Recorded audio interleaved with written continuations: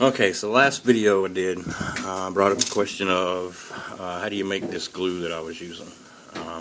It's a pretty simple process. I know there's probably videos out there. I know Dr. Cranky has one. I think that's where I saw it at. I think it was Dr. Cranky. I'm not sure.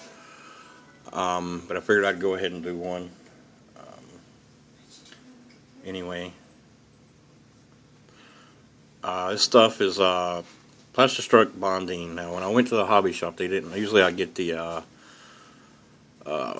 Plastistruck Plasta Weld, or whatever it is. It's usually like an orange label with white writing. They were sold out of it.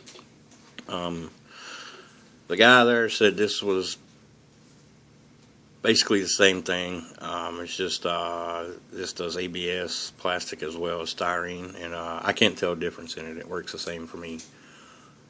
It's like maybe $3, maybe $5 a bottle, something like that. Usually they have it on their shelf where they keep the styrene, like the Plastistruck styrene or the Evergreen styrene or whatever. Usually they have it on the shelf there. It's usually like on a little shelf on the side of the display. But yeah, that's that. Now, I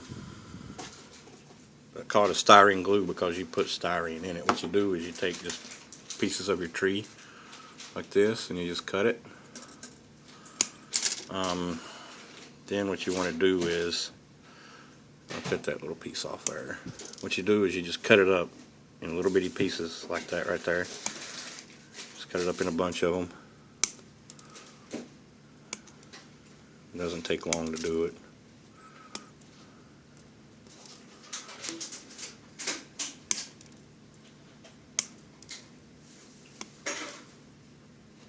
It doesn't have to be perfect sizes or anything. They can be a little bigger too, but remember, the bigger they are, the longer it's going to take to dissolve in there. And normally you would have a full bottle of this, not one that's almost empty like mine. What you do once you get them cut up is you just take your lid off.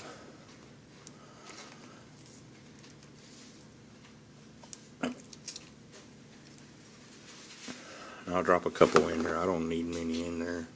What you do is then you just drop them in and just put the lid back on it and let it set. Now, once you get them in there, what you want to do is just let this set for about a day and let them dissolve good. Maybe shake it every once in a while, you know. And your bottle, when you buy this, the bottle's pretty full. So what I do is I'll take like this is some that I've emptied out here. This is just an old tester cement glue bottle that I had. Just maybe mess around and break it.